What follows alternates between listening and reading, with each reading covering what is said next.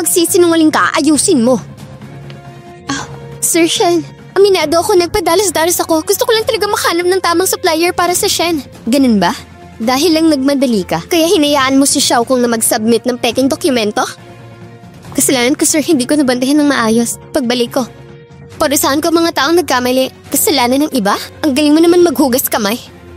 Xiaoli, Sir Shen, nung nag-imbestiga tayo tungkol sa Xiao Group, siya ang dahilan ba't natagalan kami. Si Xiao ang dahilan. Ka nga magbintang? Naiinis ka lang dahil pinaalis kita. Kaya mo ako sinisiraan. May mga ebidensya at witness ako. Wala ka nang kawala. Tama na. Simula ngayon, tatanggalin na si Sean Lian bilang manager. Wala na siyang posisyon dito. Kaya naman, tigil niyo na ang usapang ito. Naintindihan niyo ba? Pwede na kayo umalis. Tapos ang usapan. Mr. Shen. Mr. Shen. Kumusta? Anong pakiramdam mo? Talo ka na.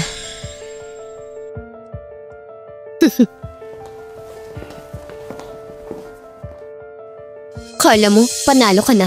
Tandaan mo, hindi pa ako talo. Kasalanan mo lahat ng to eh. Kung hindi dahil sa'yo, hindi ako mapapasok sa gulo kay Yumu Shen. Dahil lang mayaman kayo, pwede na kayo mandikta ng buwan ng iba tapos pag pumalpak, ako pa ang sisisihin sa lahat ng resulta. Ipapasa niyo lahat sa akin. Kung tingin mo Xiao Kong na mababawasan ang problema niyo, mapapatawad ka ni Yumu Chan dahil dyan at maliligtas ang Xiao Group, di sige, ituloy mo lang. Ano, bakit? Hindi mo na kaya? Tama na?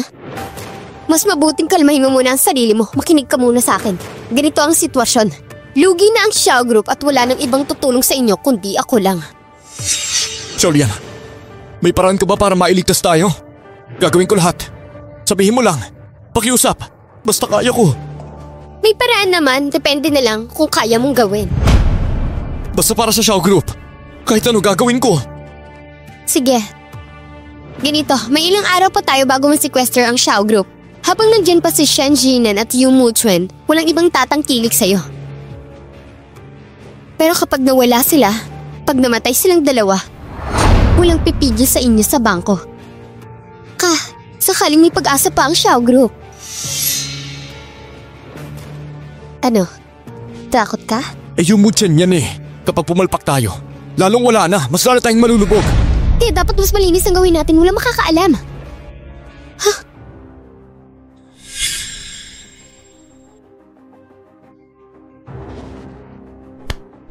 Kung wala kang lakas ng loob, di hintayin mo na lang na mawala ang lahat ng ari-arian sa'yo. Wala rin namang mawawala sa akin.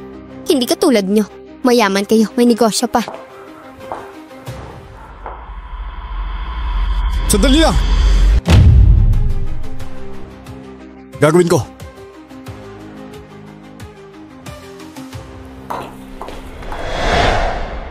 Uminom ka ba?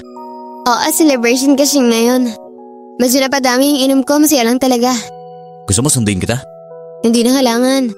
Tagal-tagal na rin ako naglalakad ng ganito. Ayos lang, nakaka-relax din. Nyan? Ayos ka lang ba niyan? Hello? Yumu Shen. Talaga palang ang dami mong tinatago no? Xiao Kong. Ano balak mo?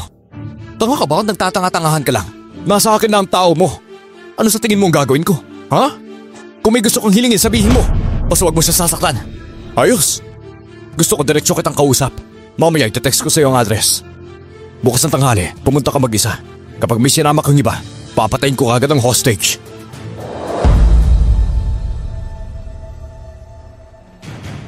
Yan! Yan! Xiao Kong! Nandito na ako! Nasa ka na!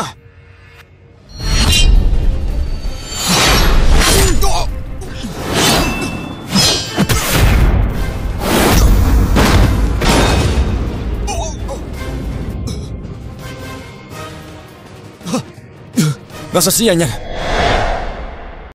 Nasa siya? Nasa siya yan? Kapag sinabi ko may pag-asa pa ba akong mabuhay, ano gusto mo mangyari? Hindi pa gusto mo naman makita ang mahal mo? Kaya mas mabuti pang sumunod ka sa akin.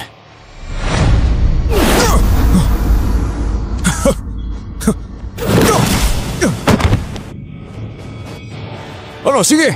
Tumayo ka na! Ha? Minyon, nasa ilalim ka na rin ng mga paa ko! Sa tingin mo makakaligtas ka ba? Silvi!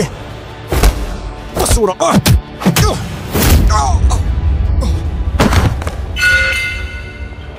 Kinsha! Kinsha, ayos ka lang ba? Anong ginagawa mo rito?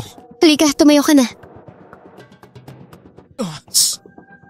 Ay, hirap ipaliwanag. Simula nung nalugi ang Xiao Group, lagi na lang siyang iritable. Lahat ng sisi binabato niya sa akin. Hanggang sa huli, nagmukhang gusto niyang gumanti sa inyo. Pinigilan ko siya pero kahit anong sabihin ko, ayaw niya makinig. Kanina lang habang hindi siya nakatingin, nakaabang ako sa labas.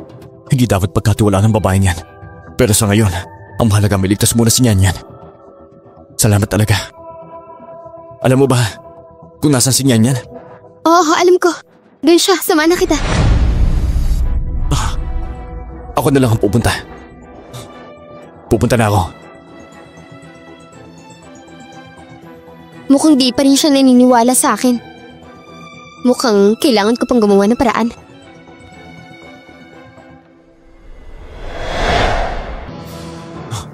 Baliw ka talaga!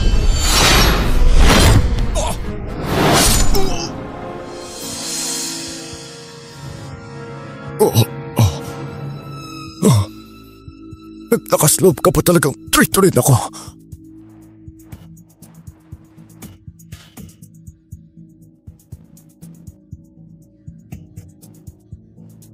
Ayos ka lang ba? Nasugatan ka ba? Okay lang ako. Nichan! Oh, Chan! Xiaolian, kung wala ka ngayon, hindi sana nailigtas si Nyan. Kung sana naagapan ko pa, hindi na sana nasangkot si Xiao Xiao. Hindi rin sana nasangkot si Nyan at Yin Xiao. Huwag mo sisihin ang sarili mo.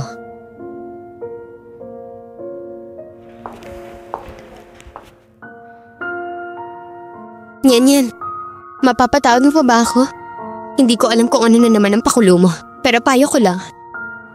Tigil mo na yung pagpapanggap mo. Nyan. Ma'am, huwag niyo na po sisihin si Nyan.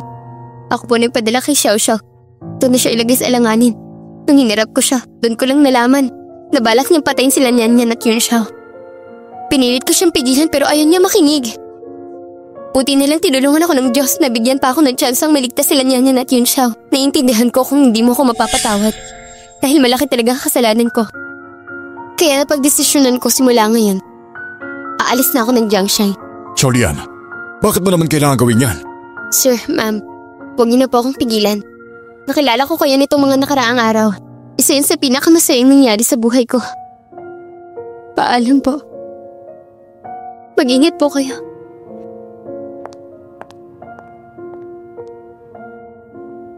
Nyan.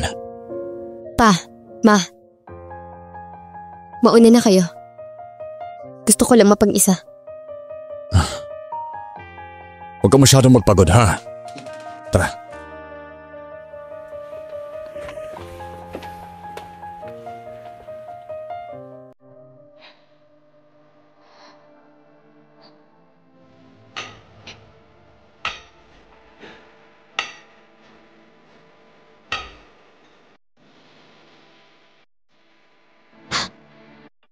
Lola Yun, hindi ba't sinabi ko na? Kailangan mong patunayan ang sarili mo. Lang sa gayon para pumayag ako na maging asawa ka ni Yun. Ako po, baka iniisip niyo na wala akong kasalanan. Nabiktima rin ako sa nangyari. Pero ang totoo niyan, dahil sa kagagawan mo, nasa operasyon ngayon ang apo ko. Hindi pa rin natin alam kung anong nangyayari. Nyan.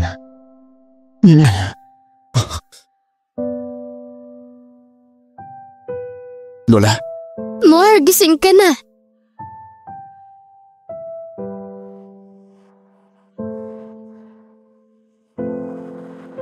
Lola, nasaan si Nyan?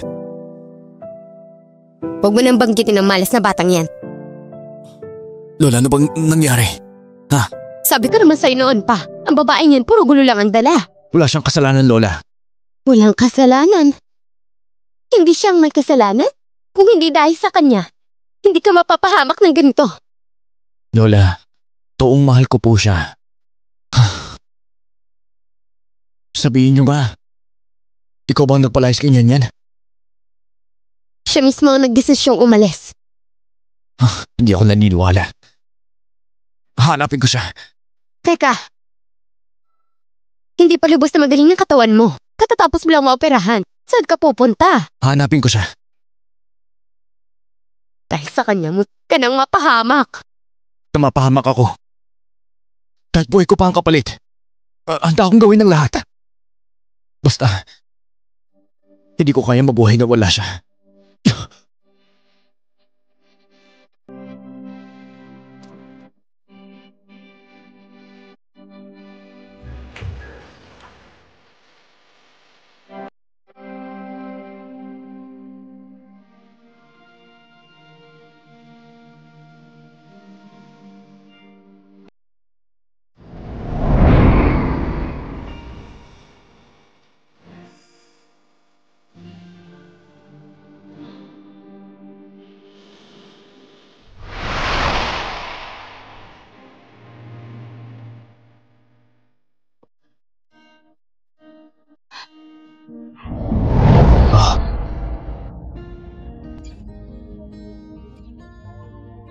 Yan. Grabe kinabahan ako. Alam kong hindi mo ako iiwan. Sorry talaga. Sorry. Ang kulit mo. Tag-sorry ka ha. Ingat ka sa sugat mo. Yan. Ang lakas ng kapa ko nung araw na yun. Akala ko hindi na kita makikita ulit eh. Ako rin naman kinakabahan eh. Kung napalayo pa ng konti yung kutsilyo, baka wala ka na talaga. Lalaki ako. Konting sugat lang yan. Basta ikaw ligtas. Okay na ako doon. Ngayon ko lang talaga na-realize sa lahat ng nangyari kung sino talaga ang nagmamalasakit sa akin. Parang sulit na rin pala ang sugat ko. Dahil napagtanto mo na kung sino ang tunay mong masasandalan. Kung sino ang pinakamahalaga sa'yo sa mundong ito. Sabi nila, ang asawa daw, dapat siyang sandigan mo habang buhay. Yan. Sa tingin mo ba panahon na para ako naman ang lumapit sa'yo? Tingnan mo nga, sugatan ka pa. Pero nangako na kasi ako kay Lola. Si Lola ko nang bahala roon. Tingnan mo naman, dahil sa'yo kahit buhay ko handa akong isugal. Yan. Sige na, pakiusap. Pakasalan mo na ako. Ano ba tong proposal na to? Pinipilit mo lang ako? Wala namang masama sa ganito. Basta effective. Pumayag naman ako Pero may isang kondisyon ako.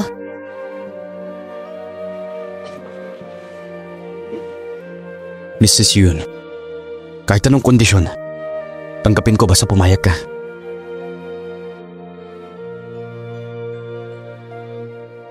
Kondisyon ko. Mula ngayon, hindi ka na masasaktan para sa akin.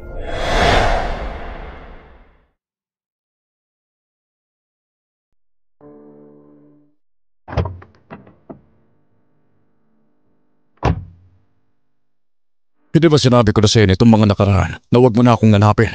Bakit ba hindi ko marunong sumunod? Plano ko naman talagang umalis na lang ng tahimik kaso buntis ako.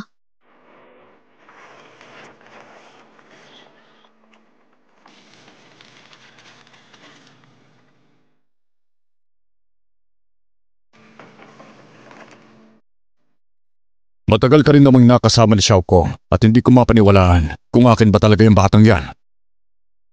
Tama. Hindi niyo ako pagkakatiwalaan ngayon. Pero ganyan ba talaga ako magsinungaling? Kung ayaw mong maniwala, hintay mo mga anak ako. Pa-DNA test tayo. Malalaman natin lahat. Pero kahit na anak ko pa siya, parang hindi pa rin tama ang timing na ito. Kung si Yan at Yumun siya na magkatuluyan, ano magiging plano mo ron? Na-consider mo na ba kung ano mangyayari? Pag si Yan ay napangasawa ang Yin family, ano magiging lagay ng pamilya Shen? Ano bang ibig mo sabihin? Ikaw talaga bulag sa sarili mong problema.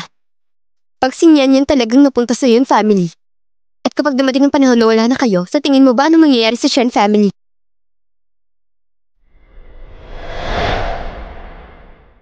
Wala ka bang pakialam kung ang lahat ng pinaghirapan ng Shen family mapupunta lang sa family yun? At itong batang to, siya lang ang pwedeng maging pag-asa nyo. Kung lalaki pa siya. Kung nag-asawang si Nian Yan sa Yun family.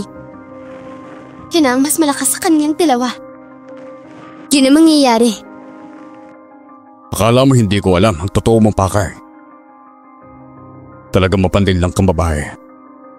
Pinagamit mo pa ang anak mo para umangat sa buhay.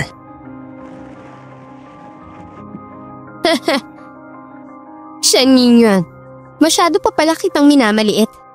Sige, kung ganyan ang gusto mo, hintayin mo na lang na ang lahat ng ari-arian ng Shen family ay mawala.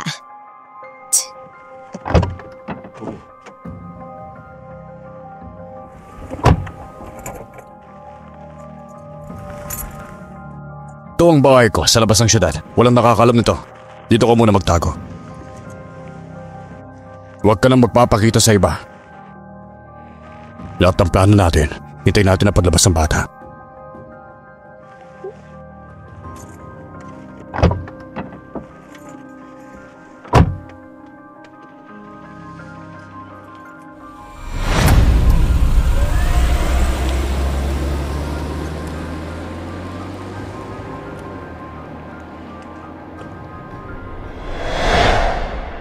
Mukhang kaunti na lang ang oras natin.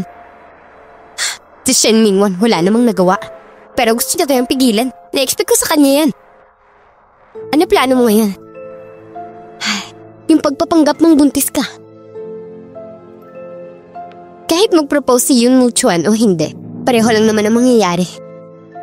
Sundin na lang natin ang original na plano. Pinakakailangan ngayon, kailangan mawala na si Shen Jinin. Kailangan ba talagang ganito? Basta natanggal si Shen Jinin kahit madiskubre nila na peke ang pagbubuntis ko, wala na silang magagawa. Pag dumating ng panahon, pwede ko siyang bigyan ng totoong tagapagmana. Pero seryoso to, hindi to biro-biro. Pumalpak tayo, tapos na rin ang lahat para sa atin. Ma, pag nag-umpisa tayo, wala nang atrasan. Kung ayaw mong may masaktan, tayo rin naman ang tulak nito. Ako, sa edad kong to, hindi ko na masyadong iisip ang mga ganyan. Pero ikaw, Linear, bata ka pa, mag-ingat ka. Sige na, huwag na tayo magdrama dito. Ano pa yung pinapagawa ko sa'yo? Simula nung nakidnap si Sanjin, hindi siya tinantanan ng babae. Paimbestiga siya ng paimbestiga. Mabuti na lang nagpanggap siya ng ibang tao. Hindi siya nabuko, pero mahina pa rin siya. Walang kwenta. Kung hindi lang naman siya pumalpak, baka ako nakasawa ni Yun Muchuan ngayon. Ako ang pakakasalan niya. Linear, patid mo pa rin siya. Sabihin mo siya, sumunod na lang siya sa plano. Pumalpak siya, damay tayong lahat. Hindi mo pa ba kilala yan? Kung marunong lang sana siya magdisiplina, hindi sana napunta sa ganitong sitwasyon. Ay ewan ko ba sa kapatid ko? Talagang pasaway, sana magising na siya. Baka ito na talaga ang wakas ng pamilya natin. Kung hindi siya tumino, lahat tayo damay. Sige na, bantayan mo si Shen Mingwan. Kapag may nangyari, sabihan mo agad ako. Nga pala, sabihan mo rin si Shen Mingwan. Miss na siya ng anak niya. Sabihan mo puntahin niya ako minsan. Kakataong ito, kailangan ko ng tulong niya.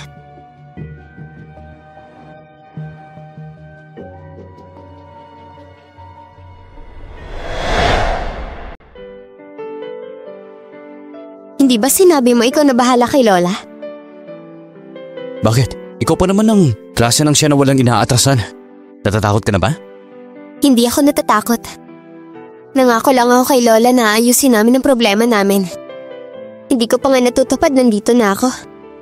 Ganyan. Tiwala ka. Payag din si Lola. Eh ako nga, hindi na ako makapaghintay. Gusto ko na magpakasal sa'yo.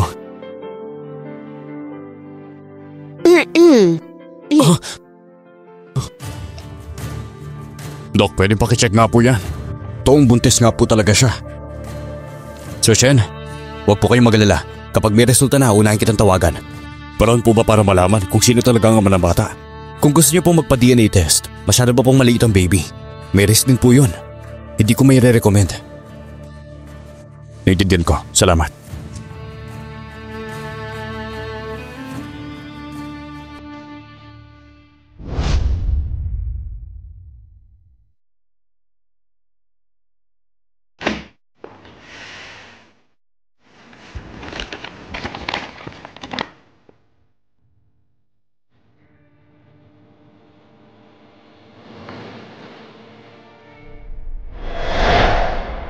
Hanggang kailan ka magpapanggap na buntis?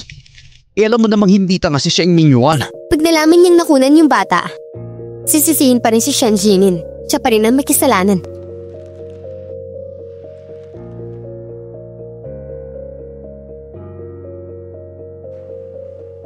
Awe.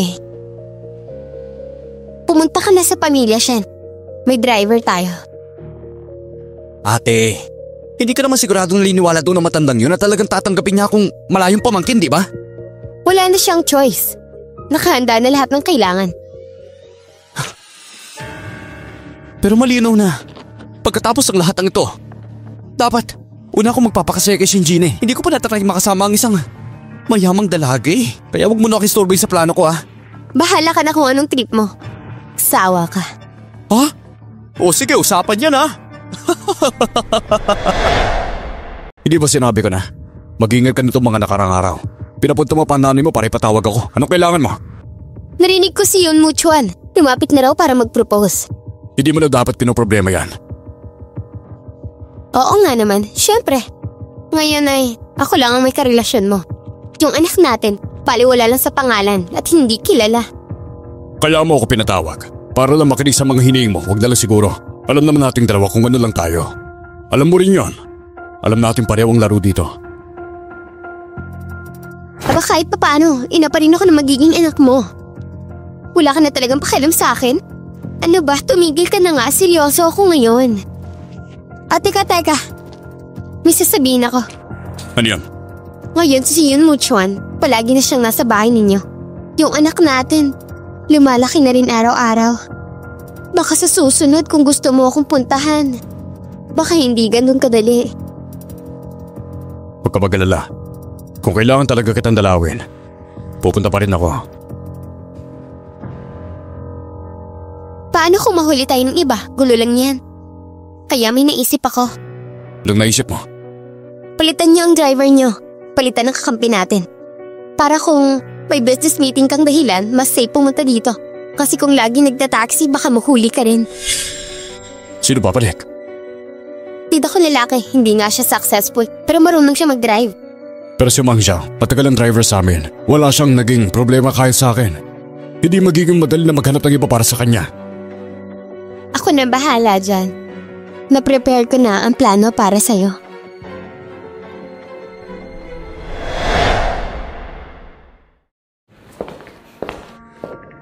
Oh, nandito na kayo. Yan.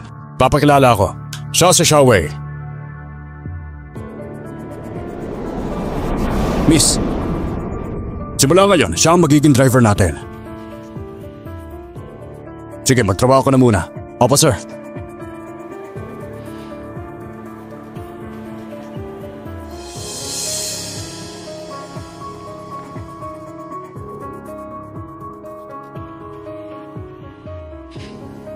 Pa, bakit bigla tayo nagpalit ng driver? Si Mang Zhao. Tanungin mo na ang mama mo. Si Mang Zhao, tinanggal ng papa mo. Bakit? Bait-bait ni Mang Zhao. Yan. Huwag mo nang tanungin. Si Mang Zhao. May nangyari sa kanila ni Madam. Hindi kita tinatanong. Bahay namin to. Kausap ko si Mama. Hindi ikaw. Yan. Walang respeto yan. Ako pa walang respeto. Ma, ano ba talaga nangyari? Sabihin mo sa akin. Tafang, okay lang po. Parang anak niyo na rin po ako. Kung may problema kayo, sabihin niyo. Sabihin niyo lang, kailan pa kayo nagkaroon ng relasyon ni Mang Zhao? Pinagbibintangan mo ako? May nakita ako sa kotse. Eto na yung gang mo, di ba? Kailangan ko ba bang magduda? Ganun lang yan. Pinagkamalan ako ng tatay mo. Tama na! Hindi ka pa ba nahihiya?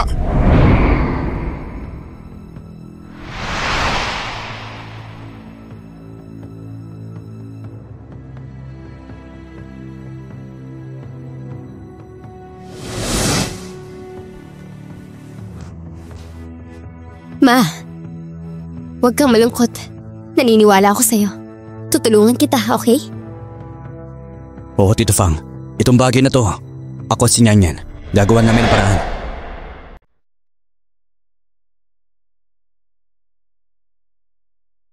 Jumuchuan. Welcome sa mundo ko.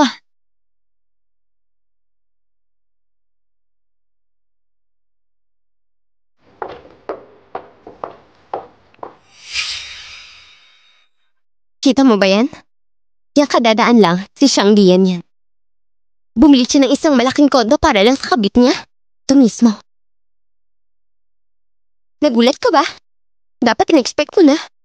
Pero mas bata siya ng ilang taon sa'yo.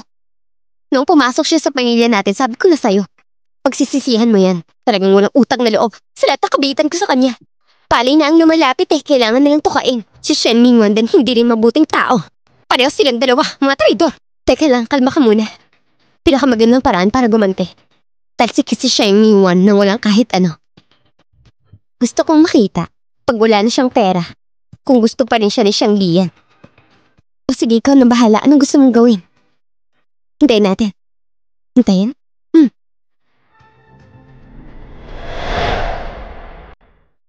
Mr. Yun. Ang late mo na umuwi Grabe ka na, Mrs. Yun Napahanga mo na talaga si Mr. Yun ngayon. Nag-enroll ka ba ng patago sa flirting workshop? Kailangan pa po pag-aralan yun. Galing talaga sa puso yun. Talaga? Pero may kailangan akong gawin. Mrs. Yun, ano ba ang utos mo? Tulungan mo ako maghanap ng divorce paper. Mrs. Yun, may nagawa ba akong mali? Babaguhin ko, promise. Pwede bang huwag mo na akong hiwalayan? Mr. Yun, dati ang talas ng isip mo. Pero pagdating sa akin parang nalilito ka. Hindi pa nga tayo kasal Anong divorce? Oo nga naman. Yung divorce lawyer pala. Para lang sa nanay ko yon. Yung pinakamagaling sana, yung mapapalitaw na walang makukuha si Papa. To nga dapat di ginagalit ang babae. Mr. Yun, mula ngayon, mag-isip-isip ka na kung sa future mo. Gusto mo pa bang may babaeng kasama? Habang buhay? Hindi na kailangang pag-isipan yan. Kahit bago pa pagkatapos ng kasal, nangaririn ko para sa'yo lang. Kung gusto mong wala akong makuha, hindi na kailangang mag-divorce. Ikaw naman. Mrs. Yun, pasensya na. Siguro hindi ko dapat ginamit yung ganyang kaisipan para sukatin ng relasyon natin. Pero talagang pera talaga ang best na pang-amin ng feelings. Ano? Attorney Wong, nandito na lahat ng papeles. Sige, kumpleto naman lahat ng requirements. Personal properties, walang ganong problema. Pero yung hati ng shares ng kumpanya, medyo mahirap ayusin yun. Walang kaso yun. Susunod na bibilihin ng Yun Group ang Shen Group. Kaya magbabago na rin ang hati ng shares. Pagdating ng araw, ililipat ko lahat ng shares kay Shen Group sa pangalan ni Yan. Dahil sa kasalukuyan yung shares ng Shen Mingyuan, di na siya may pinakamaraming sales. Hindi na siya major stockholder. Grabe ka talaga, Mr. Yun. Shares lang naman yun. Wala yun.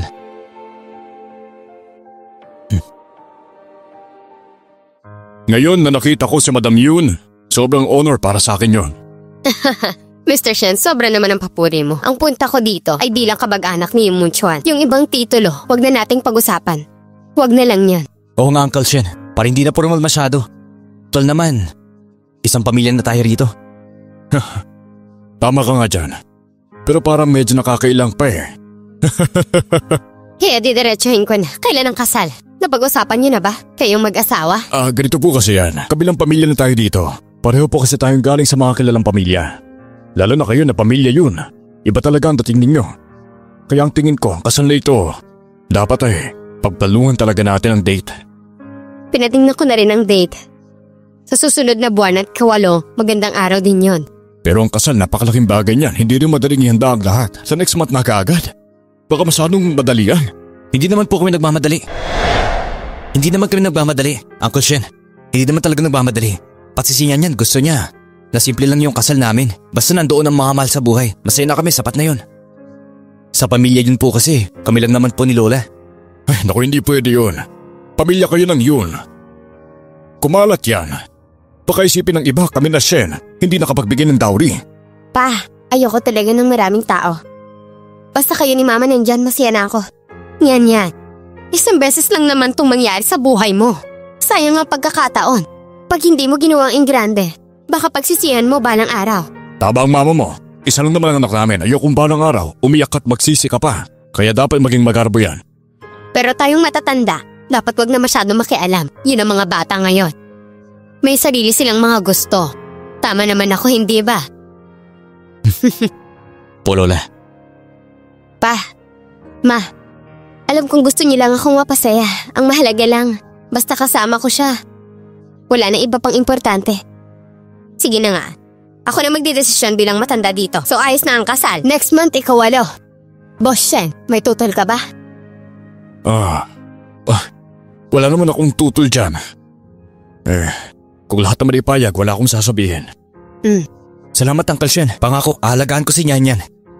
Hindi ko kayo bibiguin. Nang usapan. Gutom na ba kayo? Kain na tayo. Oo nga pala, ang tagal natin nag-uusap. Nakalimutan na natin ang pagkain. Waiter! Pag-serve po ang pagkain! Ito nga pala, inibitahan ko si Roman Roland, isang sikat na designer mula sa Milan, para sa personal design ng gown mo. Kumusta? Nagustuhan mo ba? Ang ganda talaga. Siyempre naman. Kung hindi yan bagay sa'yo. Ang dilat talaga magsalita. Itong wedding gown na to, isusuot mo lang yan para sa akin, ha? Ano ba? Yun siya, Tigaw pagsasilosan mo.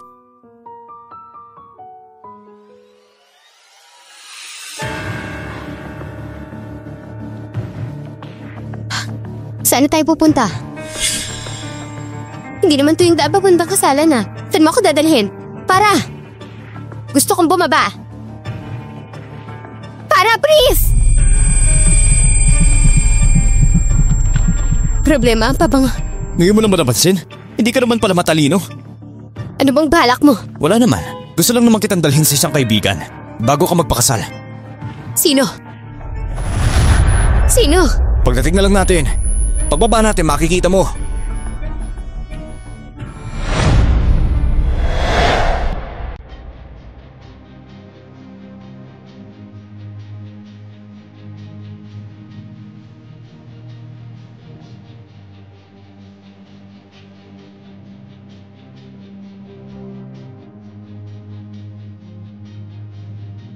Ikaw nga talaga. Pula ka talagang pag-asa. Shen Jining. Alam mo ba kung anong pinakaayaw ko sa'yo? Tama! Tama! Yung ugali mo na lagi kang nagmamagaling at mataas. Pinanganak ka na nasa'yo lahat. Habang ako kahit anong bayad wala. Lahat ng pagkatalo mo lagi mo sinisisi sa pinagmulan mo. Pero naisip mo ba?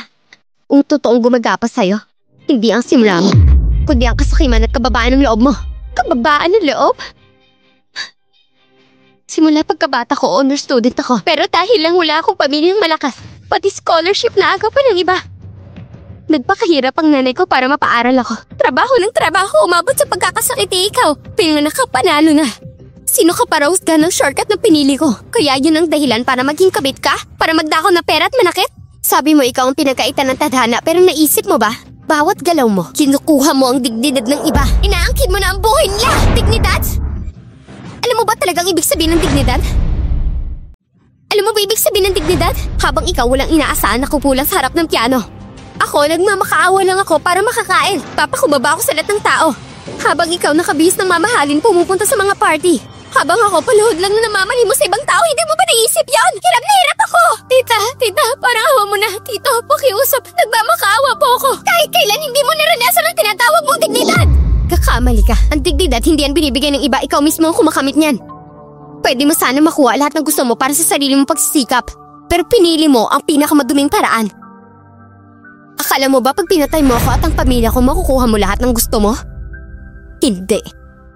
Mas lalo ka lang malulugmok. Kahit anong sabihin mo, matagal na akong lugmok. Sa tingin mo matatakot pa ako? Sinasabi ko sa'yo, hindi ako natatakot.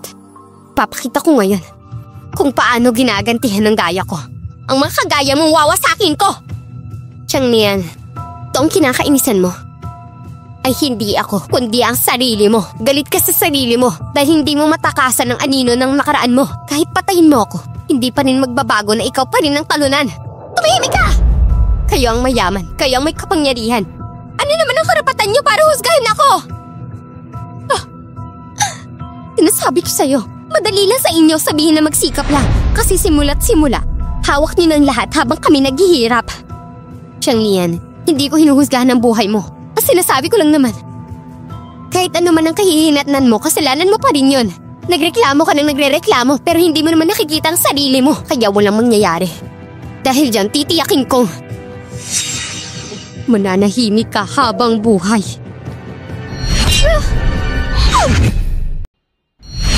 Tama na! Sogyan, napapaligiran ka na. Bitawan mo siya. Yun mo, Chuan?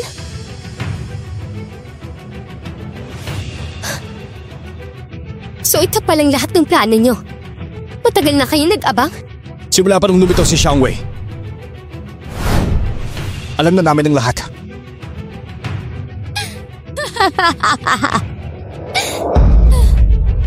Grabe ang tanga ko pala. Kung ganun, sabay-sabay tayong lahat dito.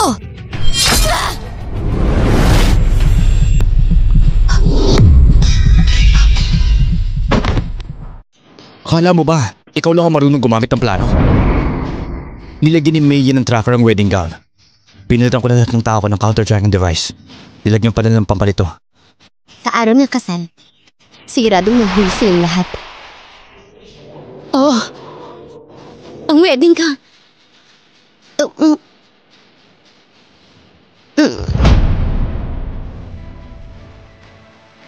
Okay ka na ba? Ayos lang. Di na lang dumating ka agad. Sa wakas tapos na. Oo nga. Lahat natapos na rin. Ay nga pala, may sasabihin ako sa'yo. Si Mei, kanina sa kulungan. Pakamatay. Patay na siya? To, patay na talaga. Buti nga. Alam mo ba yon? Sa wakas ngayon, makakamamuhay na ako ng payapa. Ikaw talaga. Pangako ko, itong buhay mo, punin ko ng ligaya at saya. Ay nga pala, si Papa ngayong hapon, may matindi ring naranasan. Ano raw yun? Naghiwalay na si Mama at Papa. At si Papa wala na talaga nakuha na kahit ano. Di na lang natauhan na rin si Mama. Pero don't worry, Mrs. Yoon.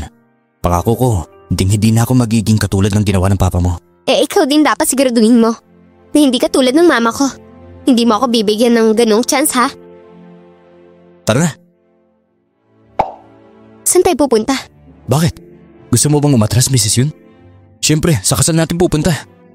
Ha? Eh pero ngayon kasi… Don't worry. Handang-handa na ako. Simula ngayon buong buhay natin. Pwede ka na magtiwala sa akin.